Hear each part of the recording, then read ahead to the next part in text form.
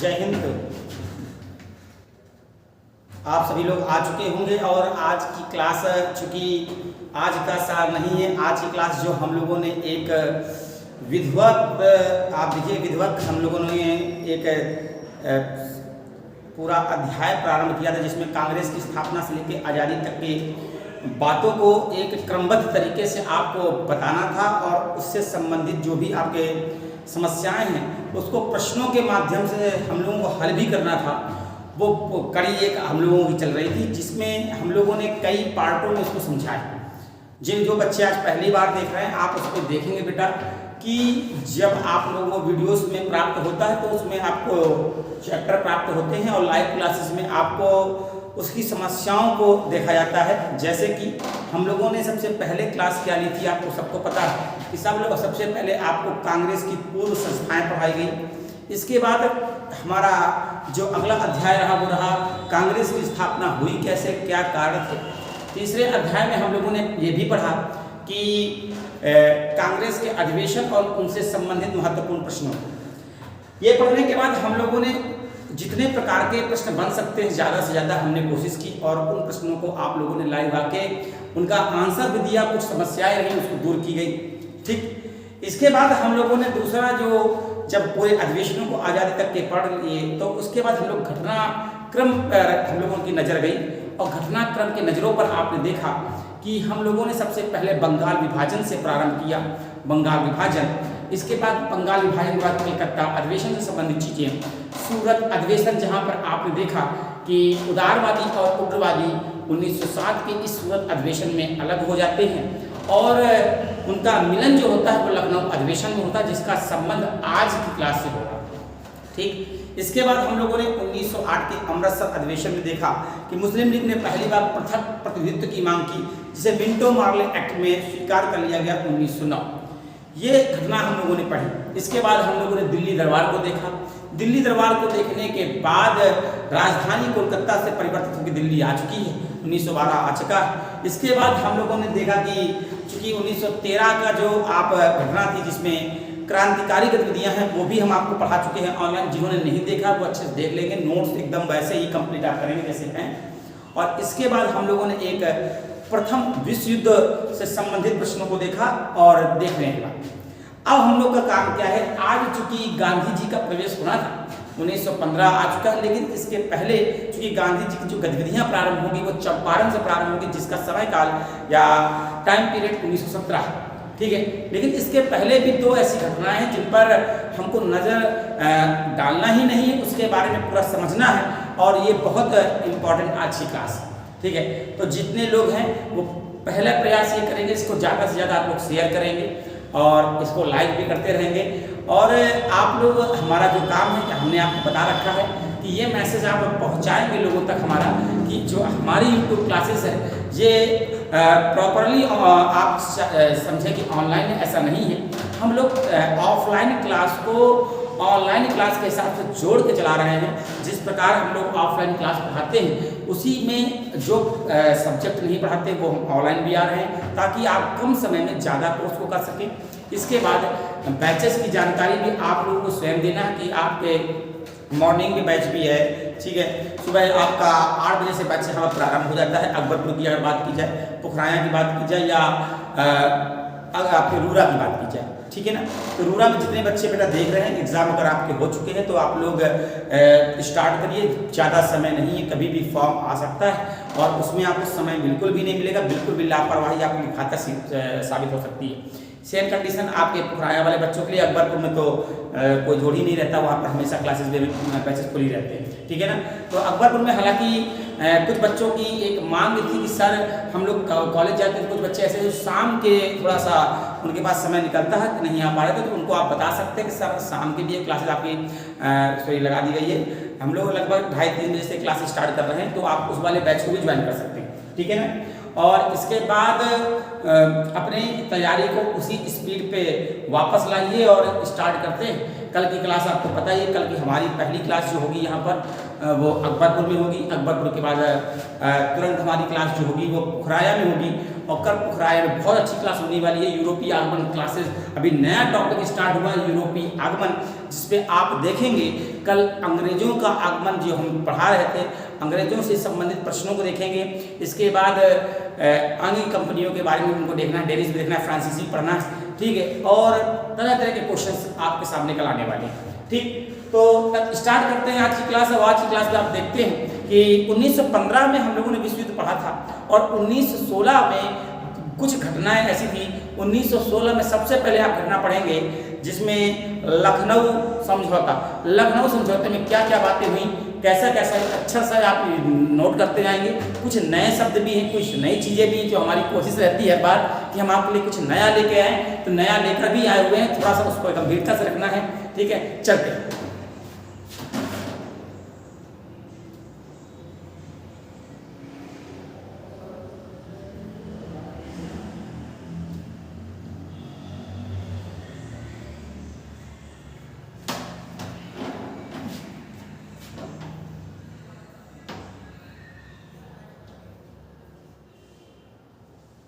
ठीक, इसको आप लोग नोट करते जाएंगे, हम हटते जाएंगे। 1916 आ चुका है, हमने आपको बताया कि जब भी मिलन की बात होगी तो आपका लखनऊ होगा। चाहे वो प्रश्न राजकुमार शुक्ल के परिप्रेक्ष्य में पूछा जाए कि गांधी जी से राजकुमार शुक्ल की भेंट कहाँ हुई, लखनऊ में हुई। 1907 में आपने देखा कि उदारवादी उग्रवादी अलग हो गए, लेकिन हमने आपको एक चीज़ ये भी बताई थी, अलग होने के बावजूद भी उन लोगों के लक्ष्य अलग नहीं हो पाए, उन लोगों की सोच अलग नहीं हो पाई। उनका जो एक था कि भारत कैसा होना चाहिए, उसके लिए वो लगातार अग्रसर थे। इसी प्रकार से आप देखेंगे कि मुस्लिम लीग को भले ही पृथक निर्वाचन प्रदान कर दिया गया है, लेकिन यहाँ पर विखंडन की प्रक्रिया जो लॉर्ड कर्जन ने प्रारंभ की थी, वो जो चाहते थे फूट डालो और राज करो, और उसको सांप्रदायिकता में बदला था लॉर्ड मिंटो ने, ठीक है ना। उसके भंवर में फंस करके आप देखेंगे कि ना ही कांग्रेस को कुछ मिल पा रहा है और ना ही यहाँ पर देखेंगे मुस्लिम लीग को कुछ मिल पा रहा है। दुखी दोनों हैं।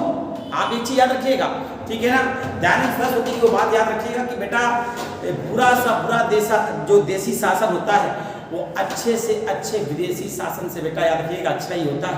आप कितना भी कर लीजिए, देखिए अंग्रेज लोग जो आए हुए हैं, ठीक है ना, वो राज करने आए हैं, जाहिर सी बात है आप उनसे खुश नहीं हो सकते, वो आपके हिसाब से नहीं चलेंगे, ठीक है ना।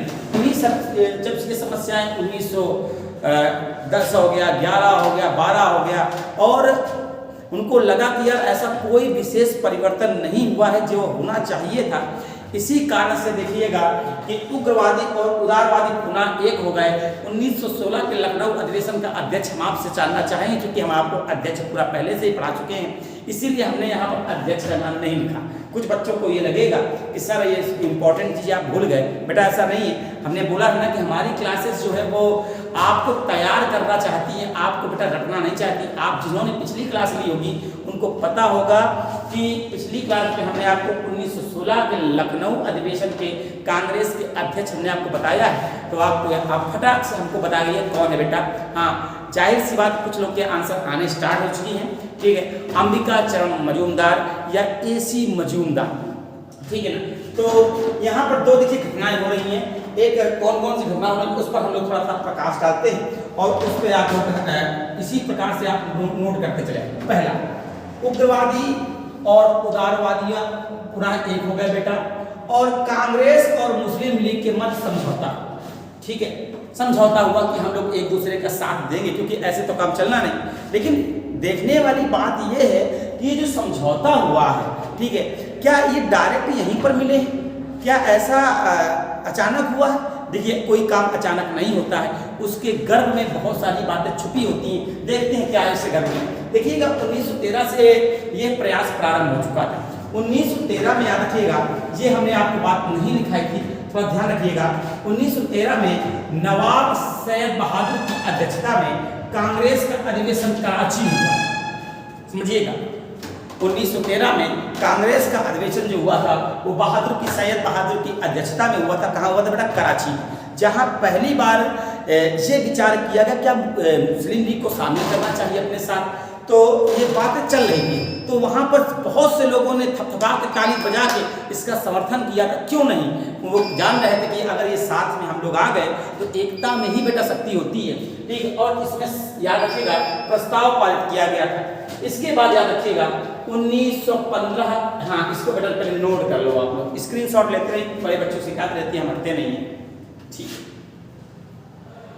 ठीक। चलिए अब देखिएगा 1915 का कांग्रेस का अधिवेशन, ठीक। फिर वही बात आ गई, हमारे बच्चे आप लोग बताएंगे 1915 के कांग्रेस के अधिवेशन के अध्यक्ष कौन थे, स्थान क्या था। हम दोनों चीज बता चुके हैं, आप लोग दोनों कमेंट में जो भी है वो लिख के आप तुरंत बताएंगे, ठीक है ना। चलते तो 1915 के कांग्रेस अधिवेशन में पहली बार याद रखिएगा मुस्लिम लीग के सदस्य एक मंच पर कब खड़े हुए। अगर यहाँ पर ये प्रश्न कभी भी आया तो आपको बता दें मेरे बच्चों, 1916 ही लोग लगाए पे आएंगे कि वो तुरंत बोलेंगे लखनऊ समझौता ना, उसमें बेटा याद रखिए वो समझौता हुआ था, लेकिन पहला मंच बताना है जहाँ पर मुस्लिम लीग के सदस्य भी खड़े हैं और कांग्रेस के सदस्य भी खड़े हैं, वो 1915 का बम्बई अधिवेशन था। याद रखिएगा अध्यक्ष वही बंदा है जो वायसराय की कार्यकारिणी में शामिल होने वाला पहला भारतीय बना था, SP सिन्हा, सत्येंद्र प्रसाद सिन्हा की बात की जा रही है। बहुत से बच्चों ने आंसर सही दिए हैं, ठीक है, बिल्कुल सही।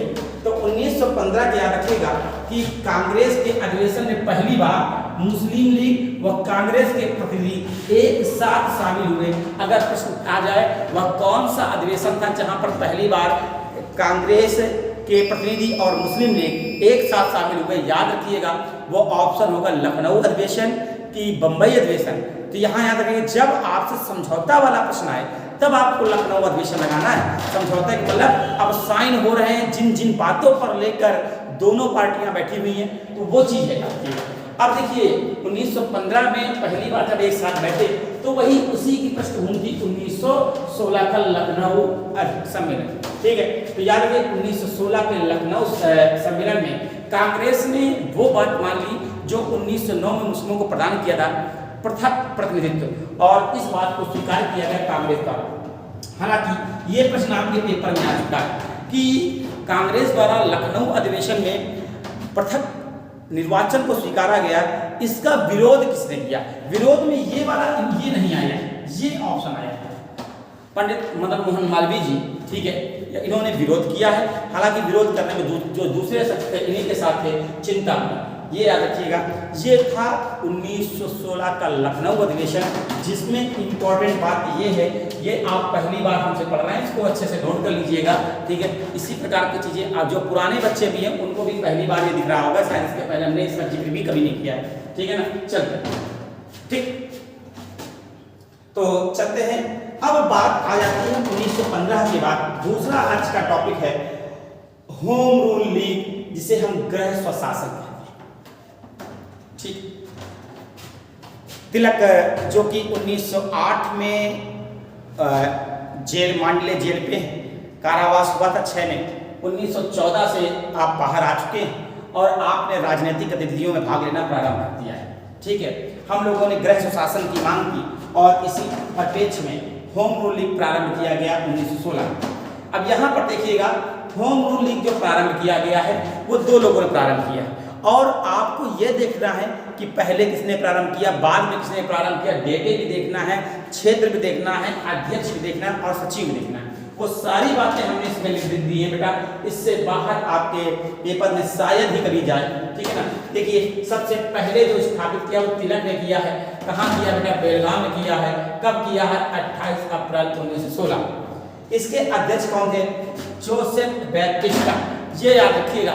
थोड़ा सा आप ऐसे भी याद रख सकते हो, अगर आपको याद करने में ये शब्द कठिन लग रहा हो तो लड़के आसानी से याद कर सकते हैं। आपने WWE जो ये फाइटर देखो बटिस्टा, ठीक है ना, तो बटिस्टा आप याद कर लीजिए। और तिलक भी गुस्से वाले थे, बटिस्टा को बहुत गुस्सा आती थी, थोड़ा सा इसे कोरिलेट कर लीजिए आप, ठीक है। और सचिव कौन थे बेटा, NC केलकर। अब यहाँ पर आपको ये देखना है कि प्रश्न कौन सा पूछा जा रहा है। अगर प्रश्न अध्यक्ष का पूछा जाए तो बटिस्टा, और सचिव का पूछा जाए NC केलकर, ठीक। इसी बात में अगर हम एडी ग्रेसन की बात करें जो कि आयरलैंड की तर्ज पे उन्होंने अपना होम रूल स्थापित किया था, वो मद्रास में स्थापित, मद्रास उनका मुख्यालय था, 1916 में स्थापित था।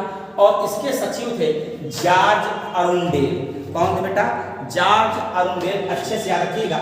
अब दोनों लोगों ने प्रयास प्रारंभ किया, मैंने आपको बताया भी था कि अगर हम प्रभाव क्षेत्र की बात करें, प्रभाव की बात करें, तो एनी बेसेंट का प्रभाव क्षेत्र ज़्यादा बेहतर था तिलक की अपेक्षा। उसका कारण ये है कि अगर आप किसी चीज़ का विरोध कर रहे हैं और आपके साथ वो लोग लग जाएं जो एक प्रकार से ख्याति प्राप्त व्यक्ति हैं, जिनको लोग सब जानते हैं, तो जाहिर सी बात है कि आपका भी प्रभाव क्षेत्र दूसरे की अपेक्षा ज़्यादा बेहतर होगा। इनके साथ मोतीलाल नेहरू, सी.आर. दास नामी लोग लगे हुए थे, ठीक है, जिसके कारण लोग ये थोड़ा सा ज़्यादा प्रभाव में आया, ठीक है। ऐसा इनके साथ थोड़ा सा कम था, ठीक। हालांकि दोनों लोगों ने हर प्रकार के माध्यम का प्रयोग किया। जैसे तिलक की बात की जाए तो मराठी और केसरी, ठीक है, अपने समाचार पत्रों के माध्यम से इन्होंने जन जागरण का कार्य किया। उसी प्रकार से कॉमनवेल्थ और न्यू इंडिया, एनी बेसेंट के हैं, ये पेपर में आप देखिएगा, अभी पेट के पेपर में भी किस से आया, ठीक है। हाँ, इस पे आ चुका है बेटा, थोड़ा सा याद रखिएगा कि मराठी और केसरी इनकी भाषा पूछी गई। आपको पता है कि मराठी जो है वो अंग्रेजी भाषा में प्रकाशित होता था और जो केसरी था वो मराठी भाषा में प्रकाशित होता था, ठीक है ना, तो ये याद रखिएगा। हाँ, तिलक का प्रभाव क्षेत्र क्या था? कर्नाटक था, महाराष्ट्र था, बंबई को छोड़कर, याद रखिएगा, ठीक है, मध्य प्रांत, बरार का भी क्षेत्र इसमें शामिल हुआ करता था। शेष अन्य भाग में जो प्रभाव क्षेत्र था किसका था?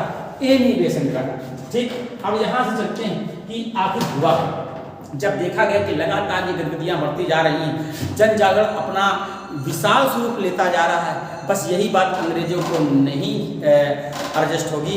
और कहीं ना कहीं आप देखिएगा इसी बीच एक डायलॉग भी आ चुका है, एक नारा भी आ चुका है, जिसने लोगों के अंदर एक जोश भर दिया था।